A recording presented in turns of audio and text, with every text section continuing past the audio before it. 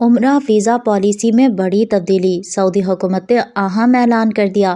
Jeddah سعودی وزارت حج و عمرہ نے عمرہ زائرین کے لیے نئی پالیسی کا اعلان کرتے ہوئے ویزا سے متعلق اہم تبدیلی متعارف کروا دی ہے۔ عرب میڈیا کے مطابق نئے ضابطے کے تحت اب عمرہ ویزا کے داخلے سے قبل کی مدت 3 ماہ سے کم کر کے 1 ماہ کر دی گئی ہے۔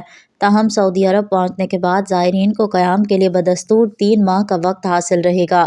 وزارت حج و عمرہ کے مطابق یہ اقدام بڑھتی ہوئی عمرہ زائرین کی تعداد کے پیش نظر انتظامی بہتری اور سہولتوں کی فراہمی کو مؤثر بنانے کے لیے کیا گیا ہے۔ تاہم نئی پالیسی کا اطلاق پاکستان سمیت تمام ممالک کے زائرین پر ہوگا۔ نیشنل کمیٹی برائے عمرہ و زیارت کے مشیر احمد جعفر نے بتایا ہے کہ موسم سرما کے آغاز پر مکہ مکرمہ اور مدینہ منورہ میں زائرین کی آمد میں نمایاں اضافہ دیکھا جا رہا ہے۔ تاہم وزارت کا فیصلہ ہجوم کو منظم کرنے اور خدمات کے معیار کو بہتر بنانے میں مددگار ثابت ہوگا۔